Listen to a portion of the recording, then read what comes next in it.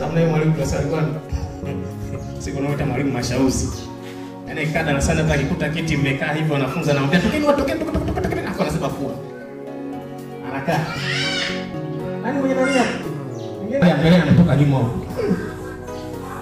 Sikuwahi kuleta kiburi kwa mwalimu yote shuleni, lakini siku hiyo nilileta kiburi kwake. Akasema wewe leo umekuaje? Mbona umekuwa kiburi namna hii? Imekuaje umekuwa kiburi namna hii? Nenda kumwambia baba yako, sababu mzee wangu mimi alikuwa ni mwalimu pale. Nenda kumwambia baba yako, wewe unakoje kiburi namna hii? Nikamwambia nenda tukaseme. Na watu wote wanashangaa, huyu jamaa leo imekuaje? Nikamwambia nenda kaseme.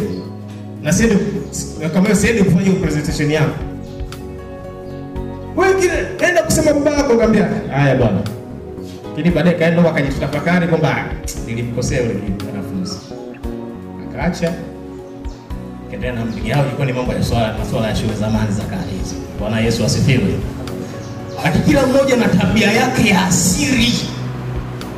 Hapa unaweza kuonyesha zile za kawaida, lakini kuna ile ambayo natural ipo, ambayo tabia hiyo wanaoifahamu ni baba yako mzazi na mama yako kidogo na ndugu zako wachache uliozaliwa nao. Bwana Yesu asifiwe. Hao ndio wanafahamu huyu mtu yukoje. Ukitaka kunijua mimi nenda kwa baba yangu na mama yangu. Bwana tupe story ya huyu mtu yukoje, watakwambia huyu ni 1, 2, 3. Huku ndio hatuwezi kukujua, tunakuona vizuri tu, maisha yanaenda vizuri tu, unacheka na watu, unafanya mambo yako. Lakini tukikaribia kwa mtu wako wa karibu,